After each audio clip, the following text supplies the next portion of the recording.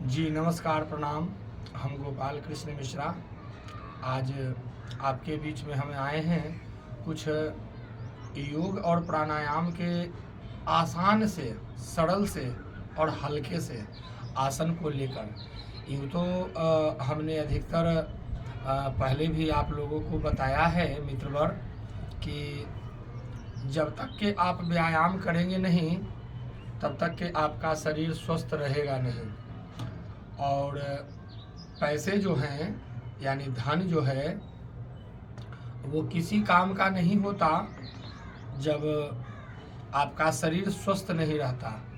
तो स्वस्थ रहने का टिप्स हमने बहुत बताया है, लेकिन आप लोग तो करते नहीं हैं। उसको करेंगे तभी तो पता चलेगा ना कि इसका क्या फ़ायदा है।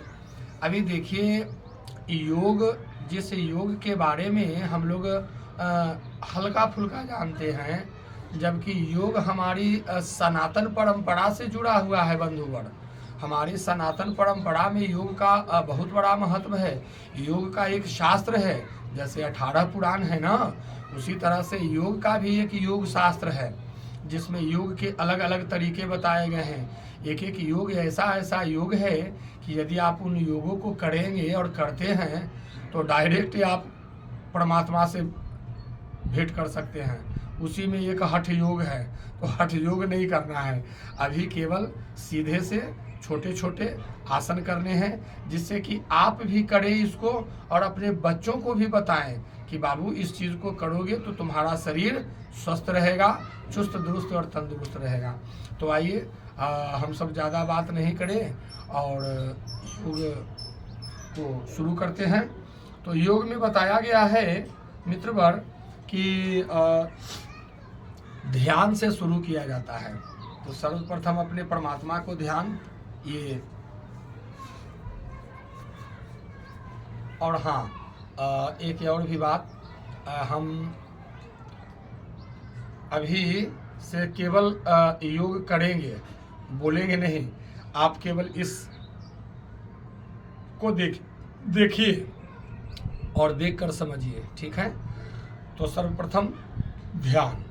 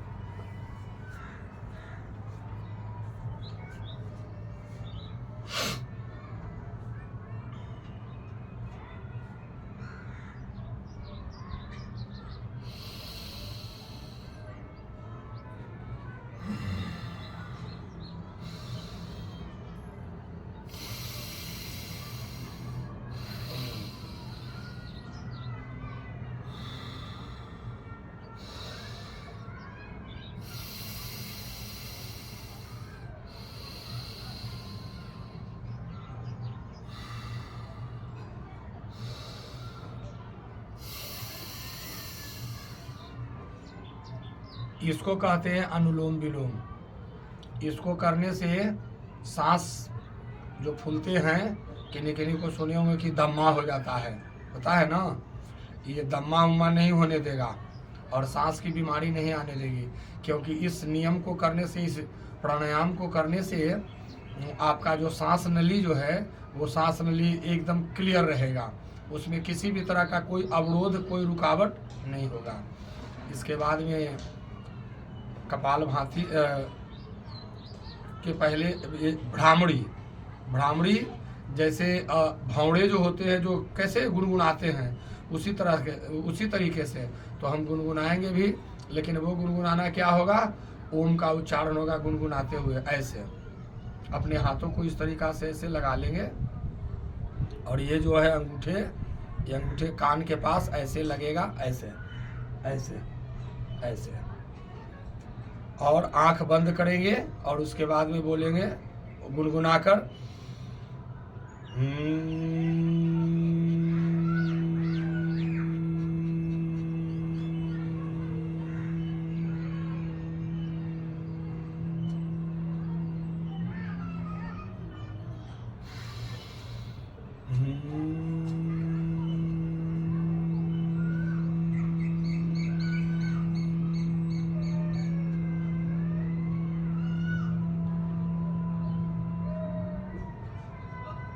इसको 3 बार करना है।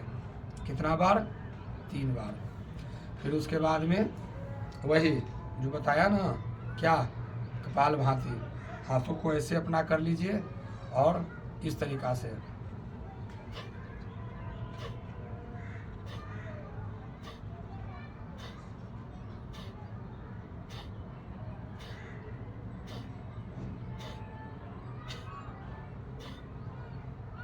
ये हुआ कपाल भाती।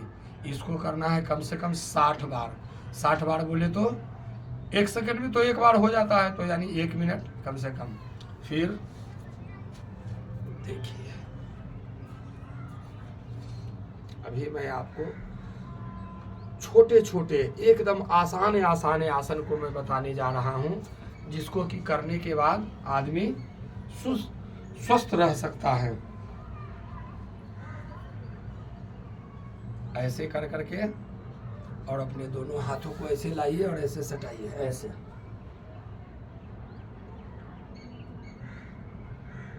एक साथ दोनों हाथों को उठाना है, ऐसे उठ गए। फिर एक साथ इसको नीचे गिराना है,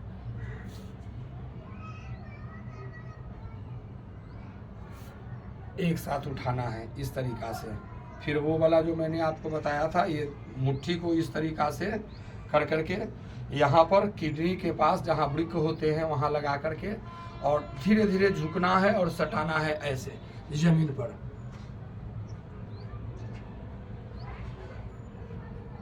उठना है,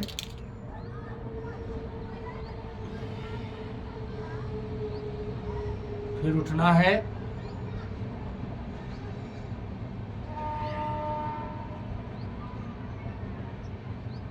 फिर उठना है। ठीक है, इस तरीक़ा से करने के बाद फिर आप अपने पूर्ववत मुद्रा यानी पालथी जो लगाते हैं उसी तरह से आप लगा लीजिए, पालथी को लगा लीजिए। और पालथी लगाने के बाद में फिर वही कैसे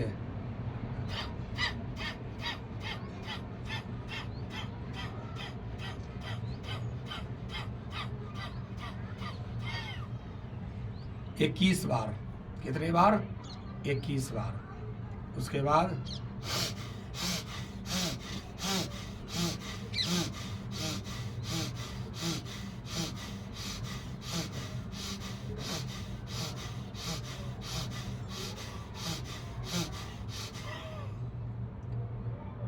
इसको भी 21 बार। ठीक है, फिर उसके बाद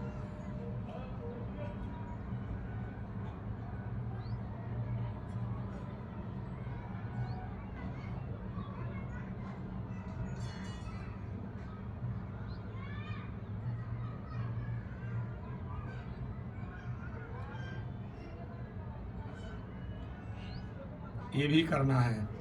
ठीक है, फिर उसके बाद ये दोनों पैरों को आप इस तरह से, जिनको कमर में दर्द, अधिकतर जो दर्द होते हैं ना, उससे बचने के लिए बताए गए हैं बंधुवर कि आप इस तरीक़ा से कर करके पहले तो ये ऐसे आप दोनों पैरों को एक जगह सटाएं, इसको इस तरीक़ा से ऐसे पकड़ें, इसको हिलाएं, फिर ऐसे सटाना है। ठीक है, फिर यूँ इस तरीक़ा से करने के बाद आप ऐसे कर लेंगे और करने के बाद ये दोनों हाथों को ऐसे इस तरीक़ा से, इधर से फिर इधर से, इस तरीक़ा से। ठीक है, फिर उसके बाद में बताया गया है इसी में कि एक पैर को आप ऐसे पीछे की ओर करें और दूसरे पैर पर पैर ऐसे चढ़ाएं इस तरीक़ा से और थोड़ी देर आप बैठें। ये दोनों हाथ जो हैं इसको आप ऐसे पीछे की ओर कर सकते हैं, ऐसे कर सकते हैं। फिर उसके बाद एंगल चेंज, ये पैर ऐसे और ये पैर ऐसे और ये हाथ को इस तरीके से कर रहे हैं। ठीक है, फिर एक पीछे का है व्यायाम, उसे मैं आप लोगों को बताता हूँ। पीछे का व्यायाम इसको भी करना चाहिए आप लोगों को। देखिए यूँ इस तरीक़ा से ऐसे रह करके और आप इस पर ऐसे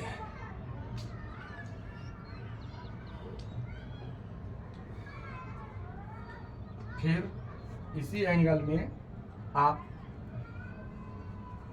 ऐसे कर करके ऐसे हो जाइए इस तरीक़ा से।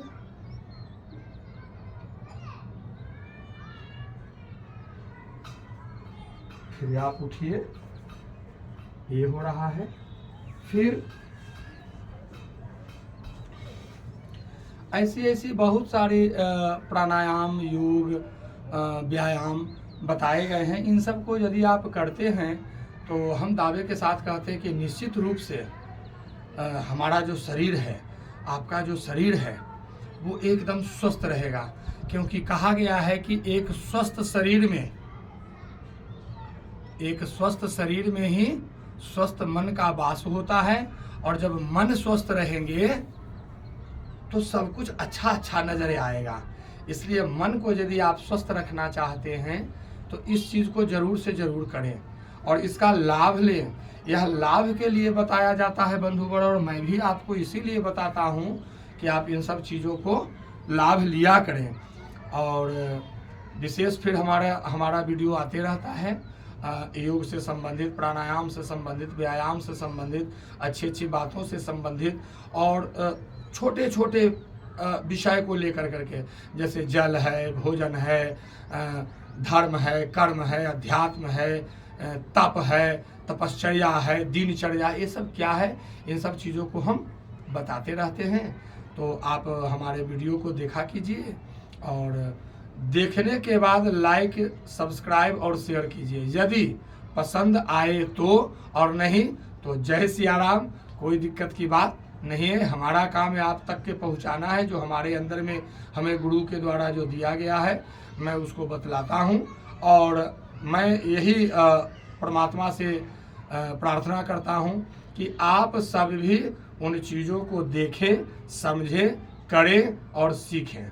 ठीक है, फिर मिलते हैं। जय सिया राम, जय बजरंगबली, जय भोलेनाथ।